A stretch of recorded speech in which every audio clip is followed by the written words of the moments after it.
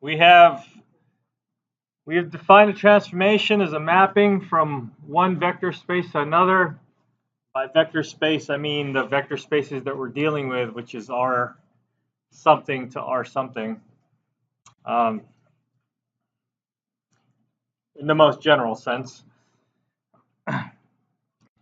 So Rn to Rm, notice that, the alphabet starts with M and then N, but the mapping goes from Rm to Rn, and you'll see the reason for that in a few minutes. So we define transformations now to align it with what we're doing. We're going to define a linear transformation, which is essentially a transformation that satisfies a couple of other important conditions. So the two important conditions is that it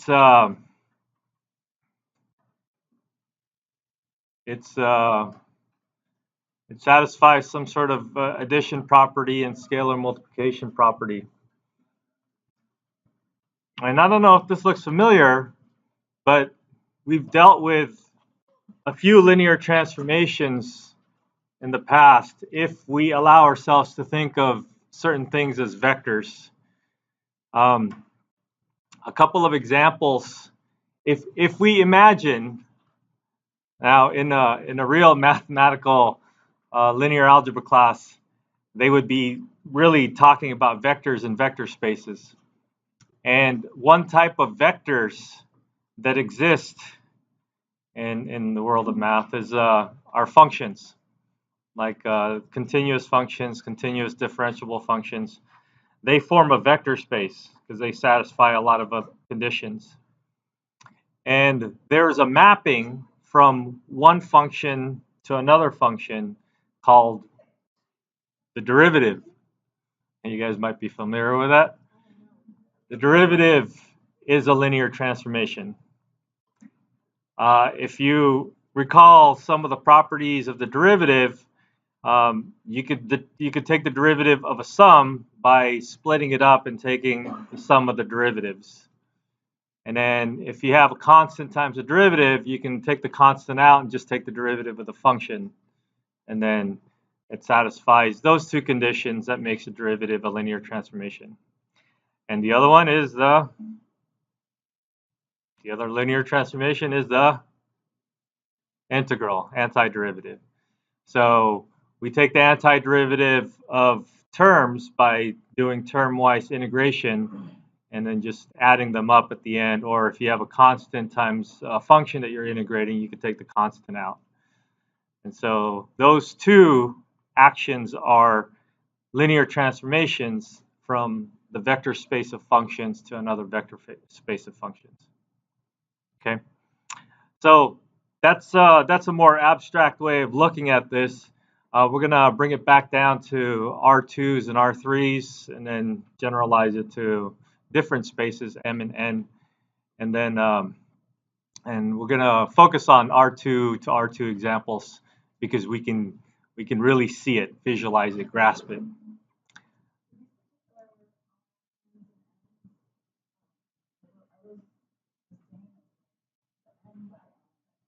Well, that's what's going to happen is that we're going to try to make this transformation look like a matrix, and it turns out for linear transformations you can do that. Yeah, so the vectors that we're looking at are vectors that go from one to another. I think we did some simple example of projecting, but we can do another quick example. Let's make up an example here of a general one, and then we'll get specific with a handful of R2 to R2s.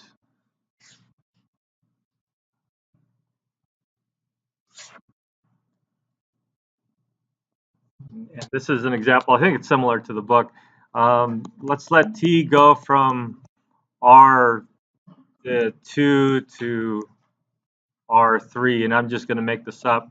It takes an X and a Y value in R2, right, and sends it to some three-dimensional thing that I'm just going to make up. I'm just going to say 2x plus y, x minus 4y, and just the negative x. So this is an example of a linear transformation. It's an example of a transformation that happens to be linear. So it's a transformation. It takes a vector in R2. So let's say we'll take the vector 1, 7, and we'll see where it goes. So this is saying t of 1, 7. I guess I should have wrote that. Let me change my notation here. T of 1, 7 is going to equal to something in 3 dimensions, something in R3, and that is when x is equal to 1 and y is equal to 7, we're going to get whatever we're going to get. So 9, negative 27, and negative 1, right?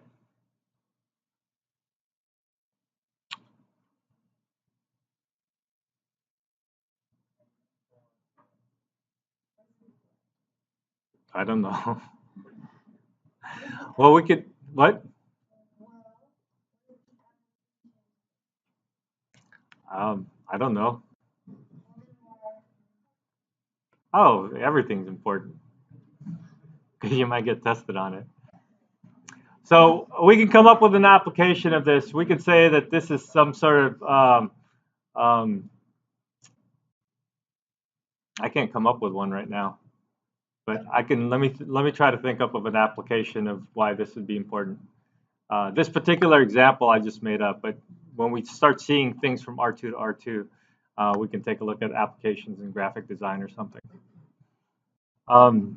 Anyways, if you were to try to see this, try to visualize this, it's hard to visualize because if you were to try to put these two graphs together, you're going from R2 to R3, so that's 5 dimensions that you have to try to picture all at once. So an easier way to try to picture this might be to imagine that you're going from somewhere in R2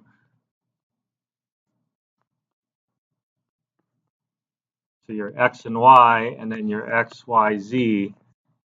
Your transformation goes from R2 to somewhere in R3, and we just saw 1, 7 get taken to a point 9, 9, negative 27, negative 27, negative 1, so somewhere over here.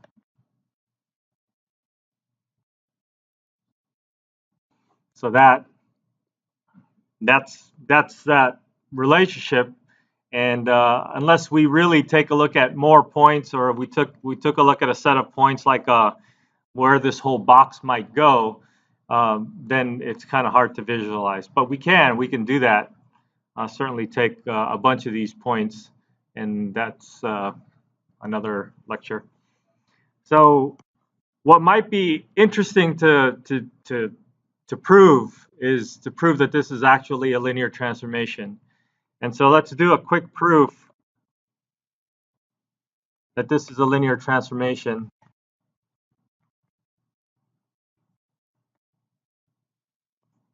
And to do that, we have to be as arbitrary as possible. So we're going to assume that we have x1, y1, and x2, y2 that we're going to add here. So we have to show two things to happen for this to be a linear transformation. So we're going to let u, the vector u, equal to x1, x1, y1, and let v equal to x2, y2.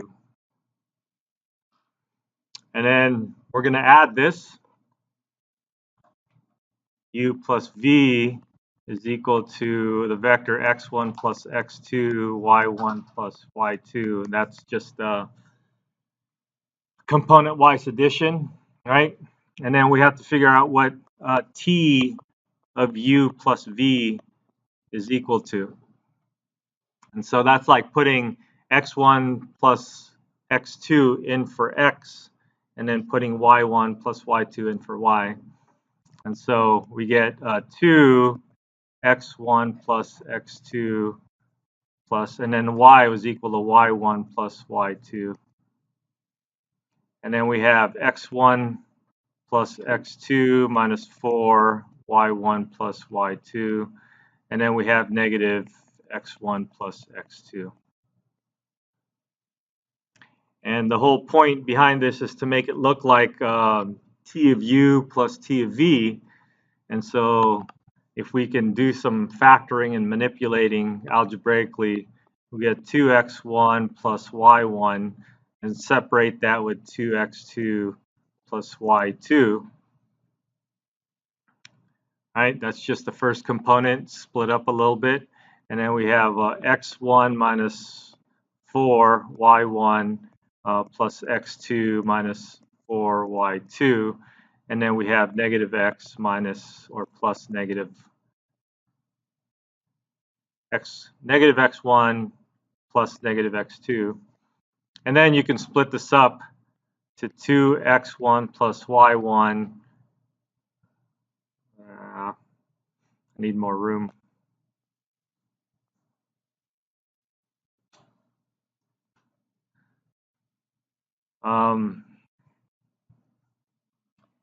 X1 minus 4 y1 negative x1 plus 2x2 plus y2 x2 minus 4 y2 and negative x2. So this is t of x1 y1 plus t x2 y2. And that's equal to t of u plus t of v. Okay? So that shows the first one. Show that it's satisfies that addition property. Now let's take a look and see if it satisfies the scalar multiplication property. So this is 1, and the second part would be, let's figure out what happens to t of u, t of cu, where c is some constant.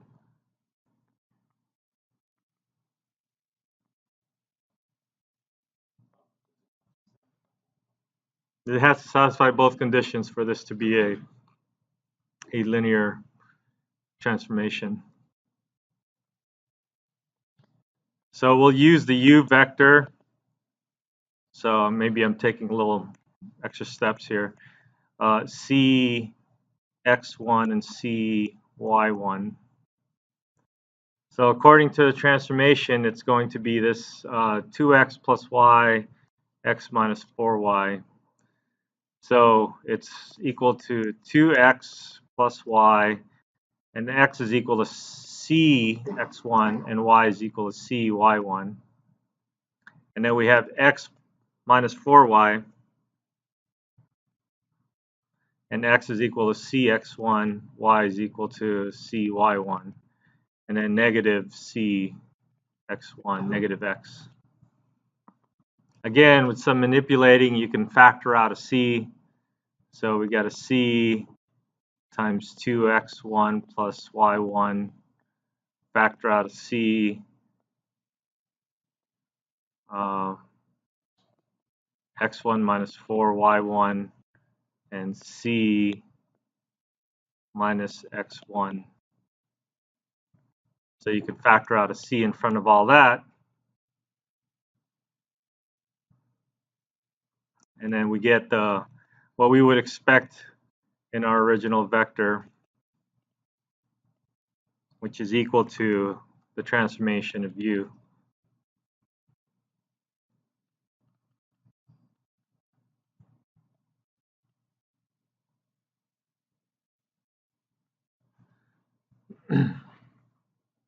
So we have shown now that this satisfies both conditions, therefore it must be a linear transformation.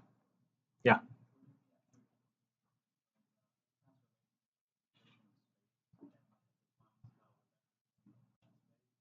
That's one way to do it. Yeah, it defines how a vector moves in that space.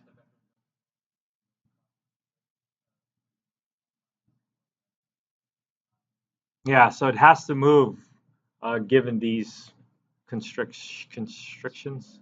confines, constraints. Yeah, yeah. Although it's sometimes hard to visual what these constraints means, but well, like I said, we'll take a look at a bunch of R2 to R2 examples. Yeah. No, not in this class because then we'd be looking at nonlinear algebra.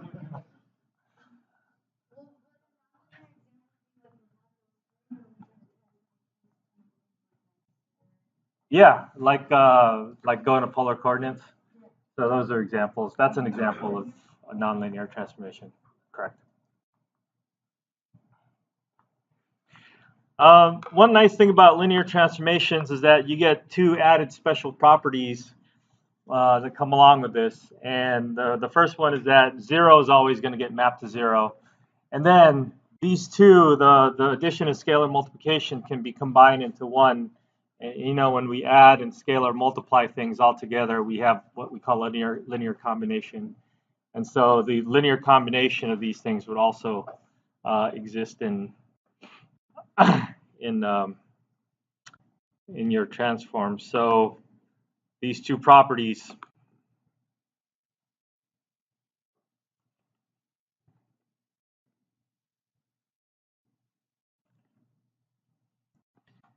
kind of follow this idea of a linear transformation. So the 0 vector always gets mapped to the 0 vector, which means if it gets taken somewhere else, then it's not a linear transformation.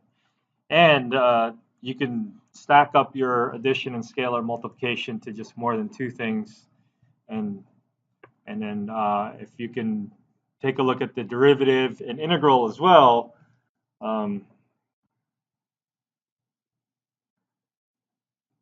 this should still satisfy. Okay. All right, let's take a look at specific examples with visuals, hopefully, of things that would be useful. And I tried to import this picture, and then I can't seem to import it anymore. So I have an old one, but it's kind of messed up. So let me.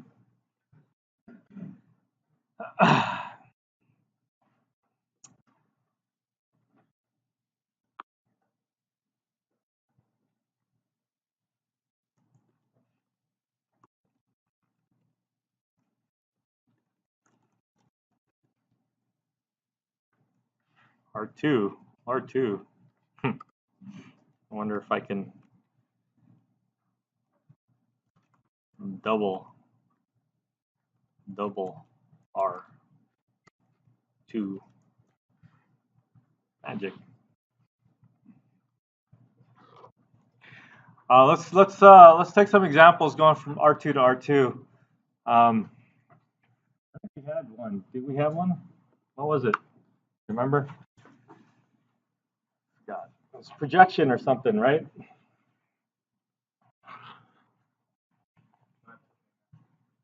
Hmm?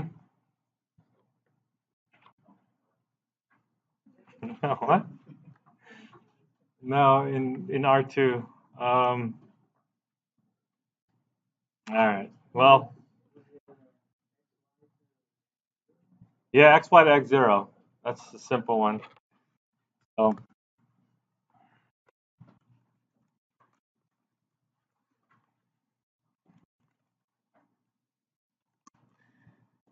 so example would be taking your xy to x0. So t of xy is equal to x0, and that really just projects things down to the x-axis, I think, right?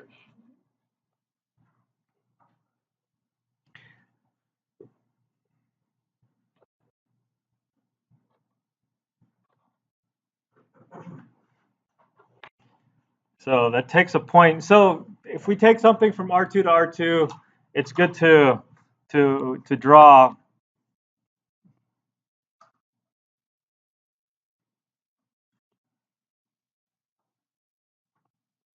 a couple of these spaces, or in this case planes, and then try to figure out what happens to a point that's being put into this transformation. So we have some random point over here. It kind of just drops down to the x-axis, right? We saw that picture, I think, last time. And if we throw another graph or another vector out here, that gets dropped down to the x-axis.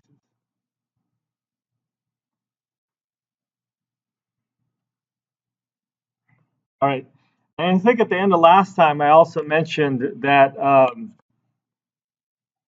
we can write the transformation as some sort of matrix. And so we're going to try to do that. I guess right now would be a good time to do that.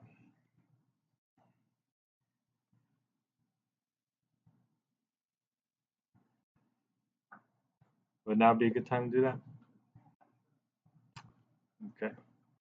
All right, for us to think about writing this down as a matrix, so any linear transformation can be written as a matrix.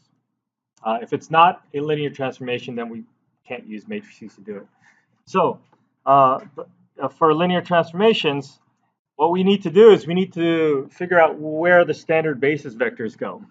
Now, I just threw that word, standard basis vector. Are you guys familiar with what that is? Standard basis vector? Unit vector. It's a unit vector. Well, in R2, it's 1, 0, and 0, 1. It's a unit vector that's it's like in 2 dimensions. It's 1, 2, and 1, 1, 0, and 0, 1. If you go to 3 dimensions, it's sometimes known as the IJK vectors. You guys familiar with those? Yeah. So in general, standard unit vectors, it's given by E for some reason, and I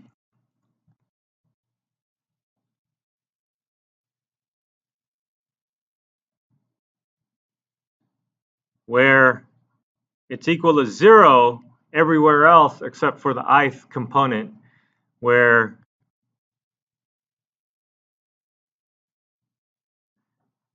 it's equal to 1 at that component.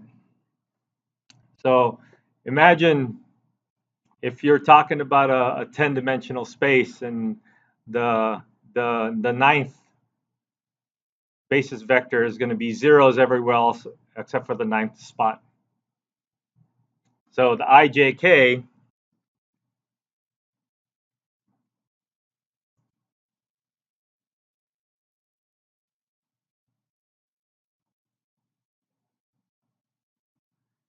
the IJK vectors that we know of are like E1, E2, and E3 in R3. So I is equal to E1 in R3, J is equal to E2, and K is equal to E3.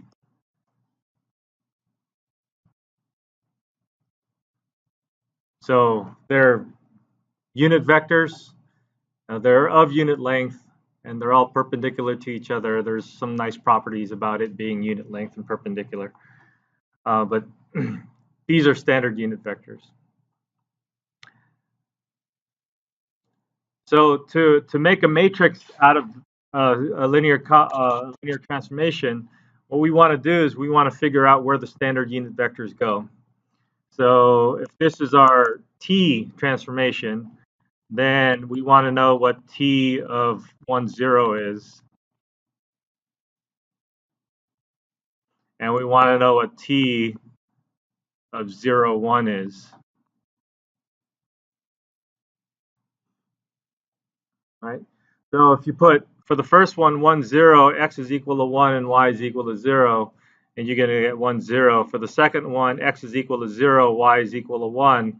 Well, there's no y here, so it just goes to 0. And then what these are, if you write these as column vectors,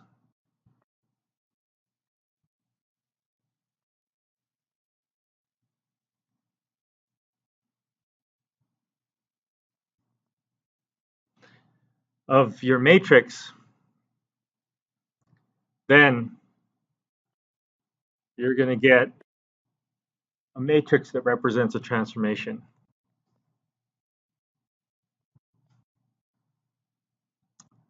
Okay?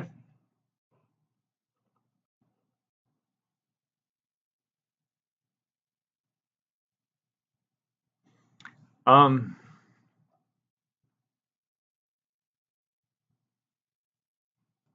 okay.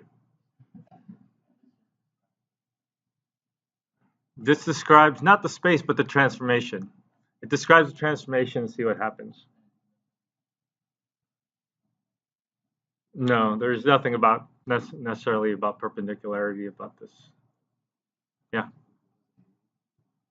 A is the matrix that is equivalent to the transformation. So matrix A is equivalent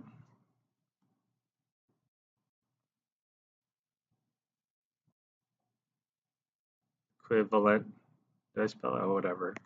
There's some other letters in there to transformation T.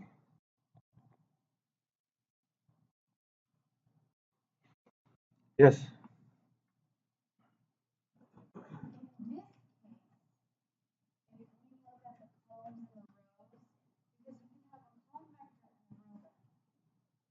Yes. But we tend to examine things as column vectors.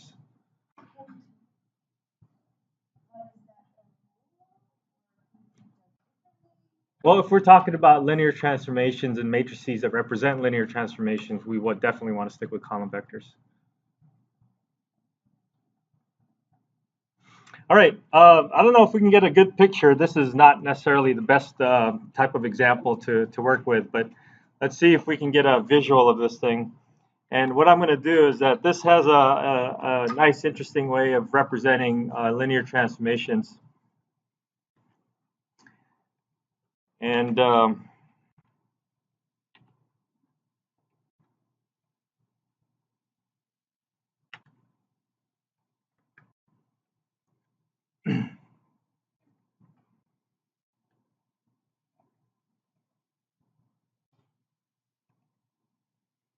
so this is the linear transformation that we have, right? We want this to be 0. Now, if this thing was equal to 0, we can't really picture anything.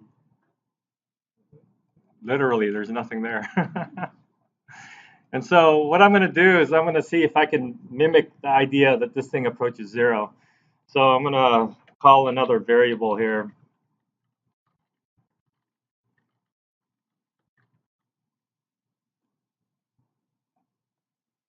And see what this is going to look like. Oh, I need to call this A.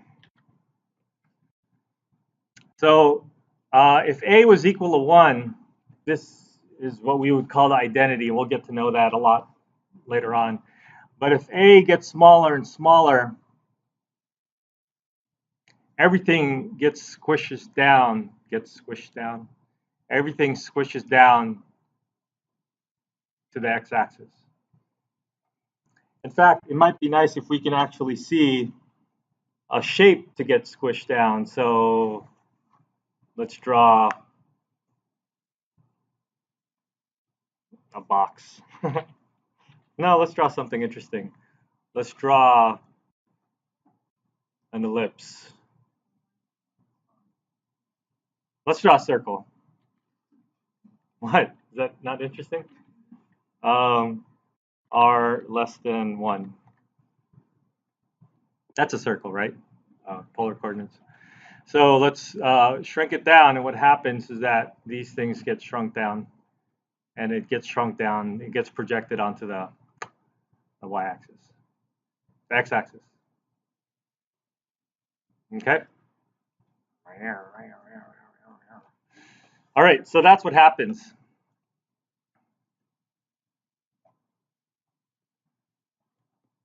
That's our projection. Okay. Are we starting to see some interesting applications? No. Okay. Yeah. Yeah. Whatever you have, it's going to get squished down because that's what the transformation does. Is that it projects things down to the x-axis. So regardless of what you have, we can. I guess suppose we can move this somewhere. How do you move this somewhere?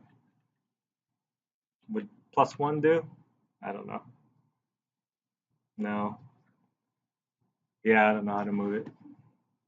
Yeah, regardless of what the shape is, it's going to get shrunk down. Okay. So that was not very interesting because it just got smashed down. So let's take a look at some more interesting transformations. Um, Projection, shear.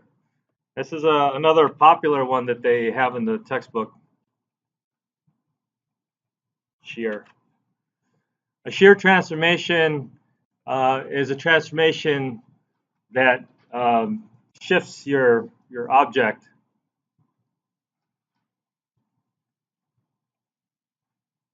And depending on what the constant k is, it'll shift things around. So this is where we get to play around with different values. Um, so let's take a look at our graph again, and let's change our graph parameter, whatever.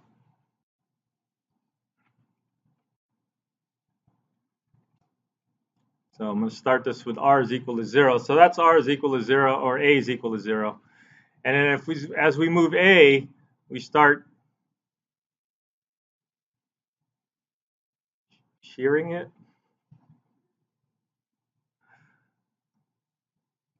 Okay. So if a circle, I don't know if the circle is the best thing to do for this one. A lot of times they use rectangles. So let's see if we could draw a quick rectangle. 0, x to 1, 0, y to 1.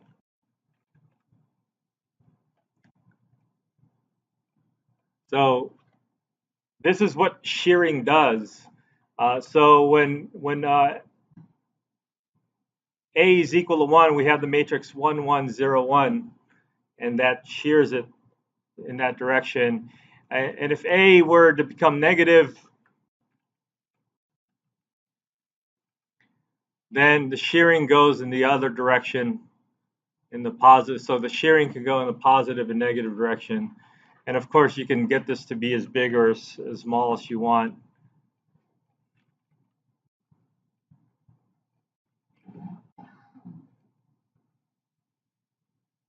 Okay. So notice that the height doesn't change. The height remains at 1. It's just that it stretches things out. So it was represented by a matrix, so we have to say that this is in fact a linear transformation. Now, how can we write this as a transformation rule with x's and y's? Now let's see if we could do that.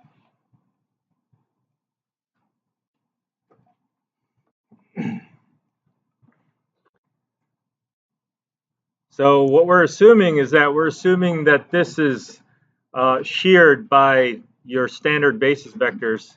So we're assuming that t of E1, right, that's 1, 0. Let me write it down first.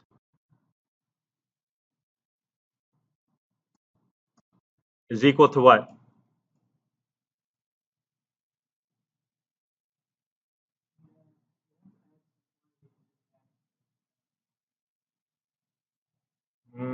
I don't know if it needs to be that complicated. Maybe, I don't know.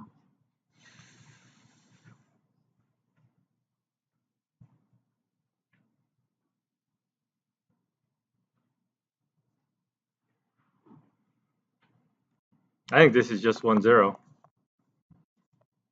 right? Because remember, t of E1 is supposed to be the first column, and then t of E2 needs to be the second column. Does that make sense?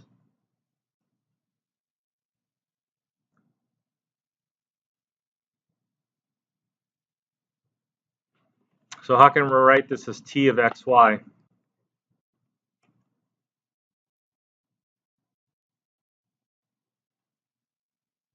Any ideas?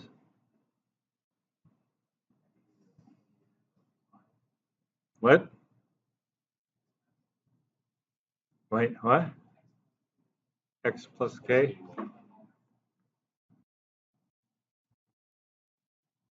And Y?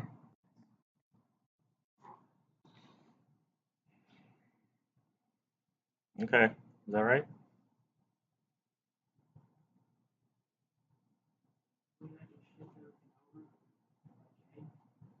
I don't know. Well, what I was thinking about is T of XY is equal to T of X times E1 plus T of Y times E2. Agree? Maybe there's an intermediate step here. T of X times 1, 0 plus Y times 0, 1.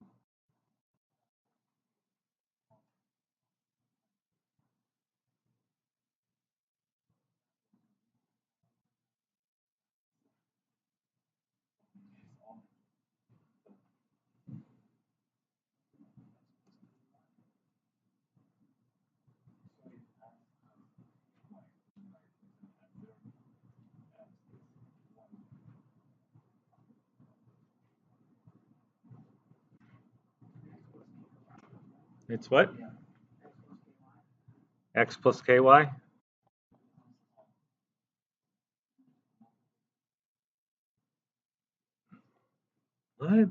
Wait. Okay, one by one. Any thoughts and ideas? So this step over here shows that it's a linear transformation, right? It satisfies those linear transformation rules that we have. And then, so I take it back up here. And then this is supposed to be X times T E1 plus Y times T E2. So this is supposed to be X times, what was E1 again? 1, 0 plus Y times K1. Is that right? So we have X0 plus KY1Y. So X plus KY and 1, Y. So that's our linear transformation for the shear, represented as a function versus the linear transformation that we saw earlier that was represented as a matrix. So we should be able to go from a linear transformation to a matrix and the matrix back to a linear transformation. Sure. Shear. No, we just did shear. Let's do another.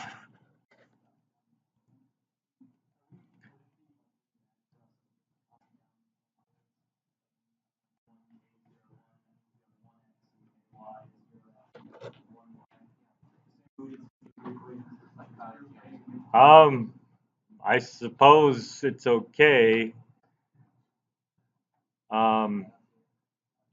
Yeah, as long as we're dealing with the standard unit basis, that's how it's going to work. Later on, we're going to change basis, and when we change basis, then that rule is not going to be so hard fast anymore. Fast, hard, fast, hard, steadfast, fast, stead. Yeah. All right, another example: contraction, dilation, and the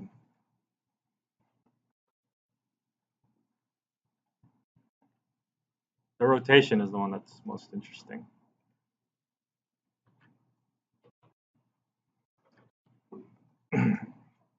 So this is multiplying. Essentially, you pretend you have the identity matrix, which transforms everything to itself. Doesn't change anything.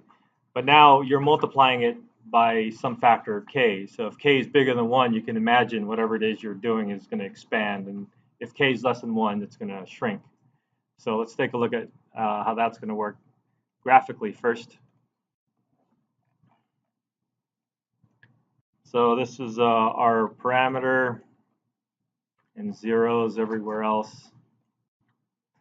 And we'll let our A go from, suppose we can go -5. That'll be weird. No, it won't. It'll be interesting. What?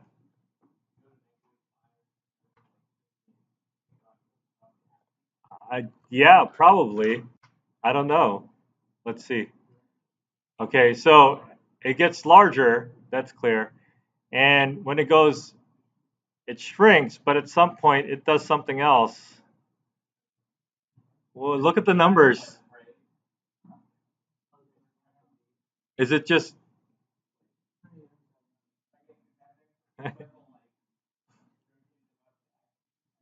about just the x-axis? All right. So this is where the circle doesn't do much. Let's see what happens to the square. Yeah. So this is a square. Yeah. So both it goes on the other side. So it's like that's symmetry about 0. So it goes on negative x and negative y. And if you look at the numbers, you see how they're depicted here. They're kind of upside down and stuff. So this is a dilation contraction. If it's positive, then it dilates or contracts, and if it's negative, it does that reflection. So both the x and the y turn negative, and so that brings you to the reflection about 0.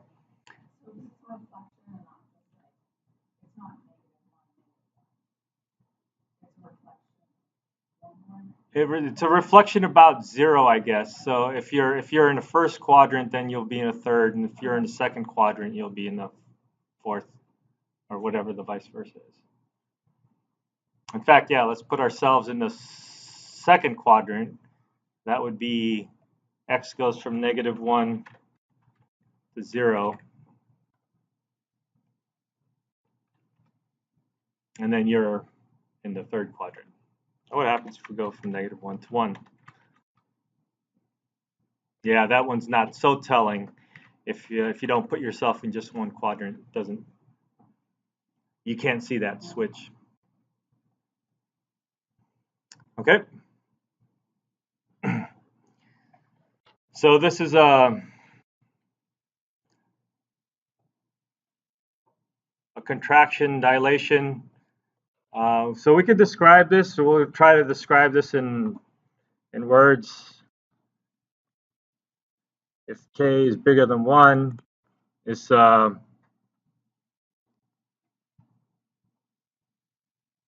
enlarges. How would you say? Enlarge doesn't gets bigger. Scales, yeah. Scales larger. Uh, between 0 and 1, scales smaller. Shrinks. And if k is less than 0, it's negative, then there's an added reflection about the origin.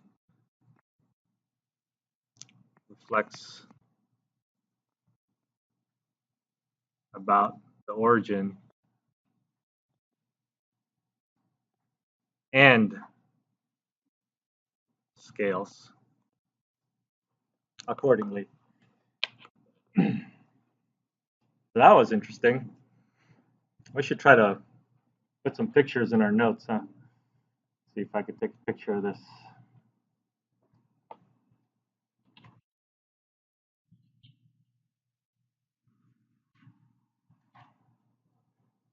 It's a lot of white space.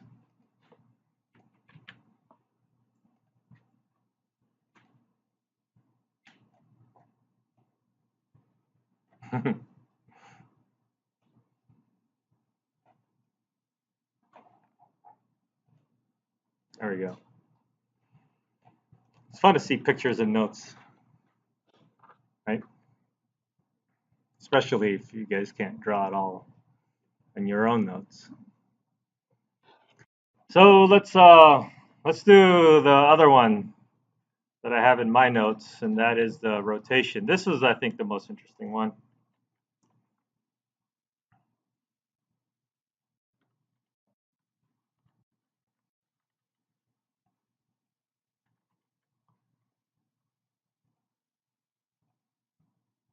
So a 2 by 2 matrix can determine a rotation if our 2 by 2 matrix has sines and cosines. And we have the cosine on the upper right and lower left. So that's the diagonals. And then we have one sine's negative, the other one's positive. And if you change the negative signs on the sine functions, that's negative SING on the SIN functions. you rotate clockwise instead of counterclockwise. All right, so let's see how this one's going to look like. Should we rotate a circle? No. Not going to be too interesting. Yeah, if it's off center, maybe a little bit more interesting. Wow, I didn't try very hard, but. And usually we want this to just go around 0 to. Oh, we're still on that. So I guess it doesn't matter. So if we rotate, then this is what's going to happen.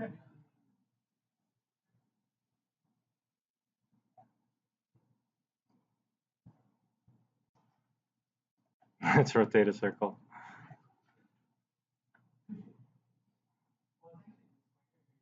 Oh, the square helps us. Let's not. Well, the axis helps us. Yeah, the circle won't change. Oh yeah, the points in it will change. So if you had a point, let's pick a point that's inside of the circle, like 1/2, 1/2.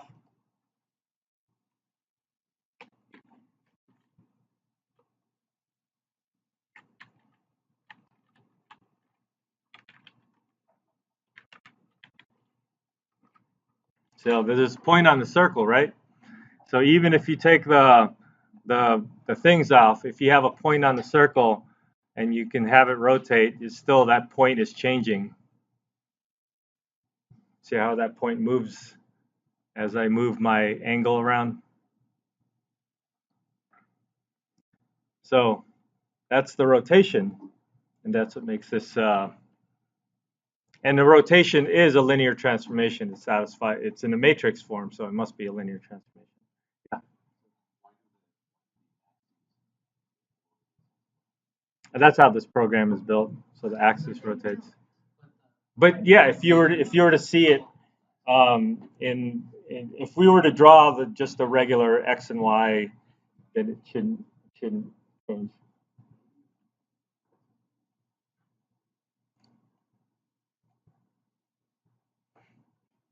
So let's do a 45-degree rotation.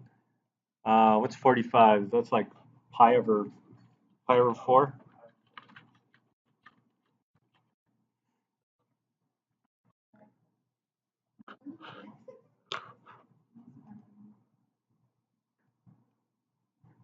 Let's get a good picture this time.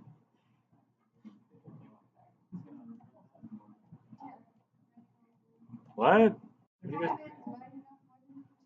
Oh, it looks like Pac-Man.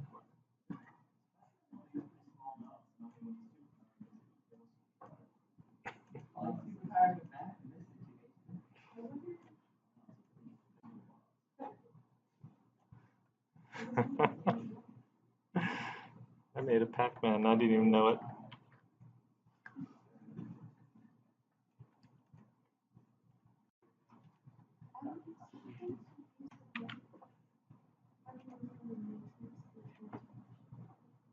Well, let's try to do this one. Let's do that 45-degree rotation that we have. So let's do this as an example. We get theta is equal to 45 degrees. So this is a 45-degree rotation. So our matrix A is actually equal to, oh, we need some cosine. Cosine 45 degrees, and then negative sine 45 degrees.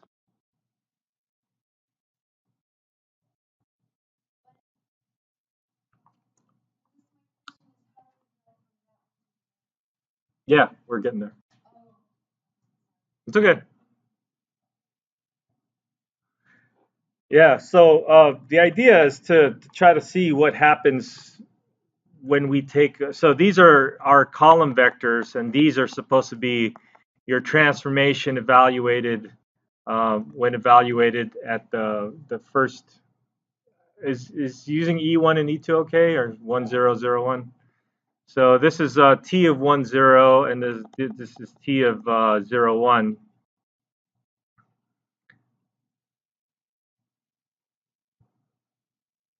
Right? And so we want to generalize this. What happens when we're talking about T of xy? And so T of xy, again, is T of x times E1, where x is a scalar and E1 is a vector, plus y times E2. And so that's x. And because this is linear, we can split them up into two different additions and then take out the scalar. And so we have the scalar times T of E1 plus the other scalar times T of E2.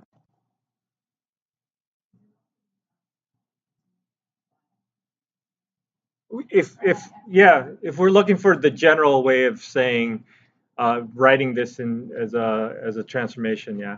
Unless you want to use UVs or some other two letters. Say again? At least in R2, yeah. If you go to R3, then XYZ maybe. If you go to R4, then you might want to say X1, X2, X3, X4. I mean, here you can say X1, X2 also, but XY just seems more relatable to us. You can relate, right? So we have, where are we now? I forgot. Oh, so X times this. So this is going to be X times root 2 over 2, root 2 over 2. That's T of E1, right? And then Y times root 2 over 2, root 2 over 2. Oh, one of them's a negative, the first one.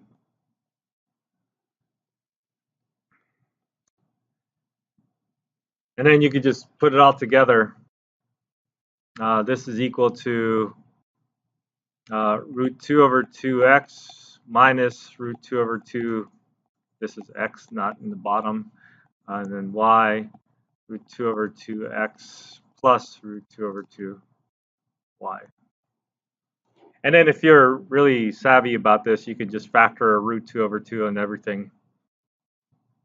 So this makes a nicer root 2 over 2, and then x minus y, x plus y. We have a rotation.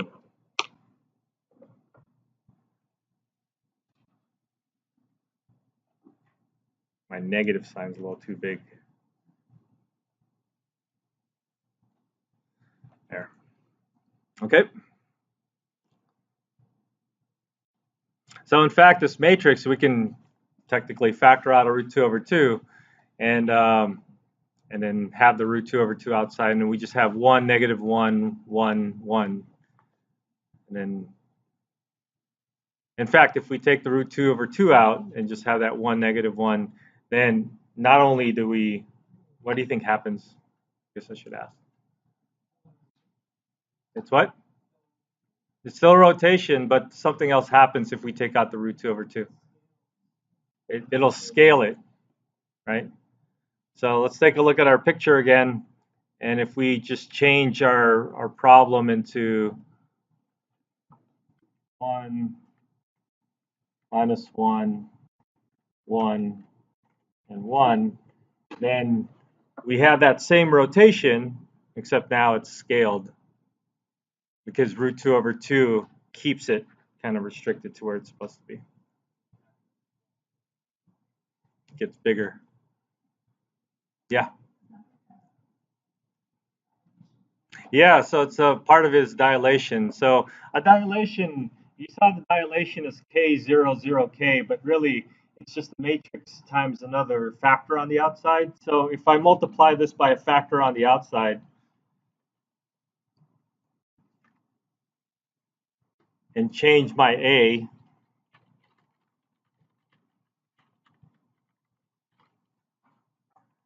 then I will have that rotated factor being dilated.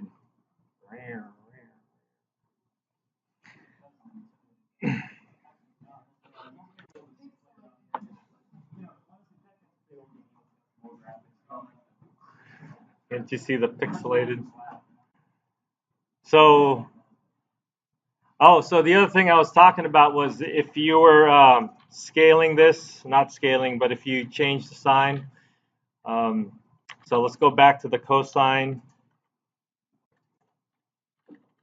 and sine and put the negative down here instead.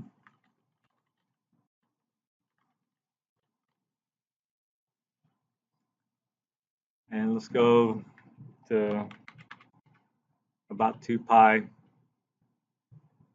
So the rotation, this is going from 0, which is exactly the same. And now I'm going to let my a increase. It's rotating in the clockwise direction this time, right?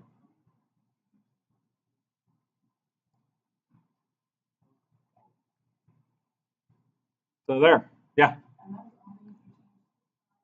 That's only if I change the SIGN on the SINE.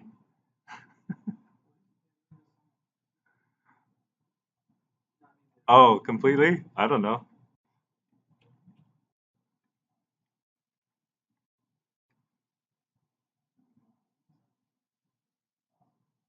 Whoa.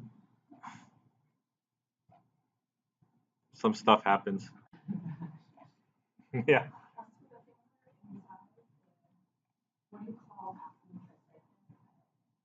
This matrix would be the matrix representation for the linear transformation. And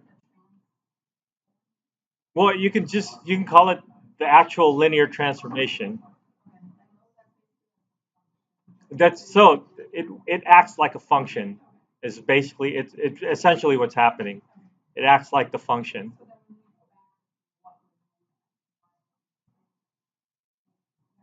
Yeah, so this is really can be represented by the matrix. Yeah. Okay. Oh, applications, computer graphics. This would work, right? I don't know. It was hard enough for me to come up with this.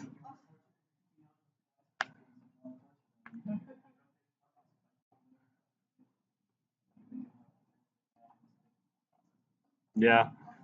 So there's rotations in R3 also. There are rotations in R3, but that's yeah, that's beyond my pay grade.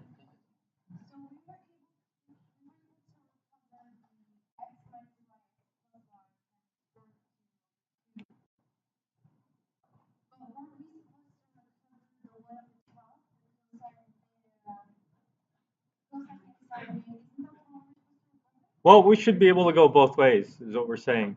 We should be able to start with the matrix and find the actual linear transformation as a function, or we can start with a function and be able to find the matrix representation for that linear transformation.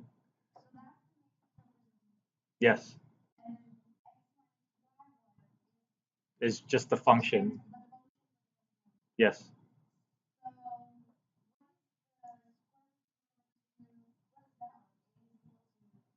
This?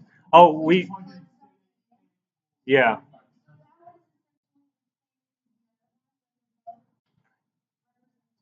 right. This is about as general as you can get for a rotation in a counterclockwise direction.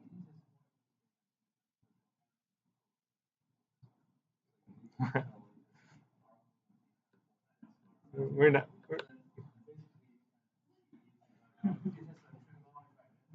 It is. It's fun and all. I'd like to do that, but we don't need to go to that much trig here. I mean, anybody who's interested, more than welcome to write this in polar coordinates and knock yourself out. But I think this is uh this is good enough for what we're talking about. Okay, so that was fun. The standard vectors we talked about. Oh yeah, so this is what we've been doing, and so it was actually written as a theorem. So let me just restate what they have in the book. If you have a matrix, oh, we had that first matrix in the beginning. Let's write that as a matrix. That first example that we had, we should write that as a matrix. Anyways, this says that if we have a T transformation going from Rn to Rm as a linear transformation, then there exists a unique matrix such that this transformation, this function T of x is equal to A, the matrix A applied to that x vector. So in fact, here A is an m by n matrix whose jth column is equal to that linear transformation applied to each of those standard basis vectors.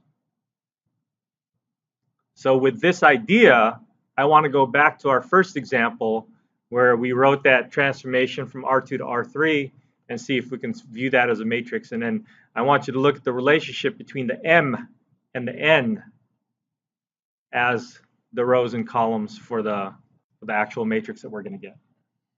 So I'm going to need to copy that because I can't remember it.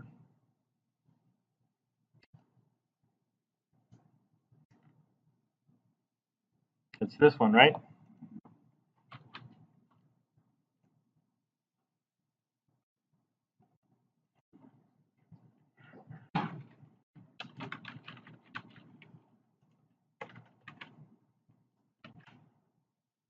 we going to paste? Nope. Sorry, one more time.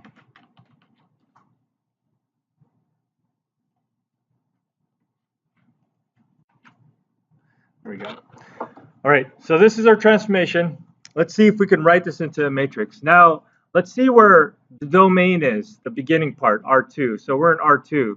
So, and we're going to R3. So what standard basis do we want to look for? The pair IJ or IJK? The other one.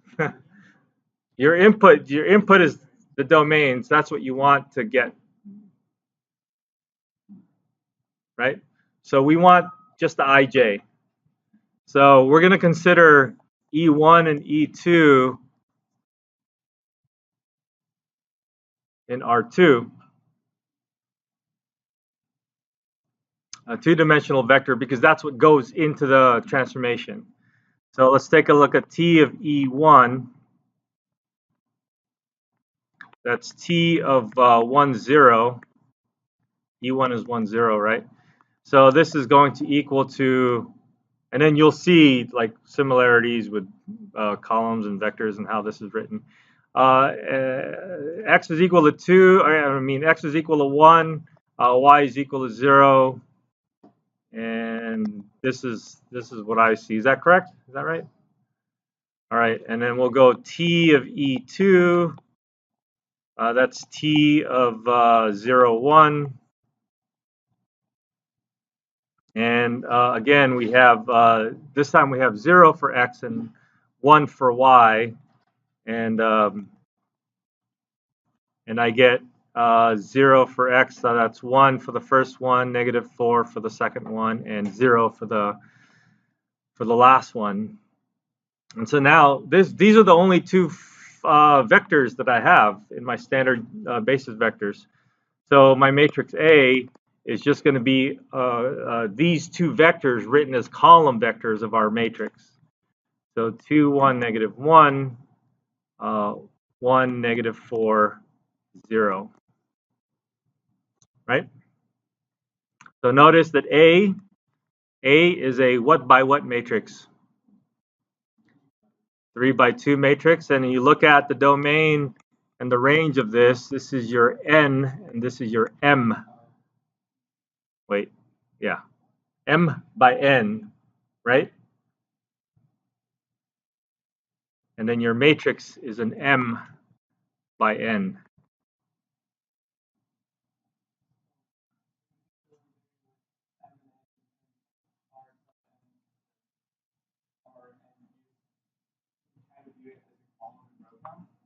Yes. Yes, if you know that you're dealing with a linear transformation, then the first number in your domain is the number of columns you have. And then the second number, which is in your range, is a number of rows you have. And when you say m by n, you're saying the m first, the number of rows first, the number of columns. But when you're dealing with transformations, you're looking at the output as the number of rows, and then the input as a number of columns.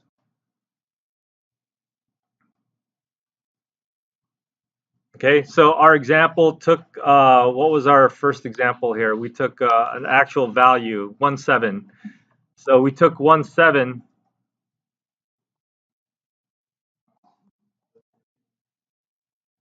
2, 1,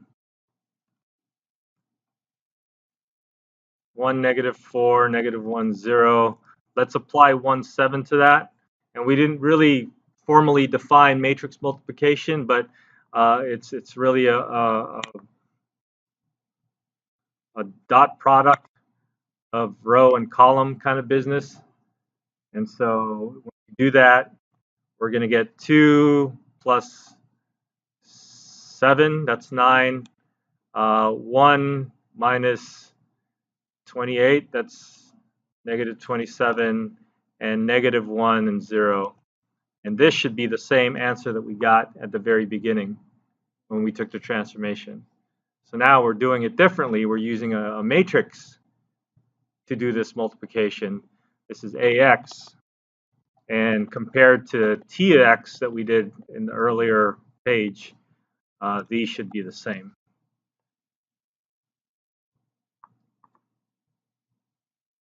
Cool, huh? I think you guys have a test on Valentine's Day.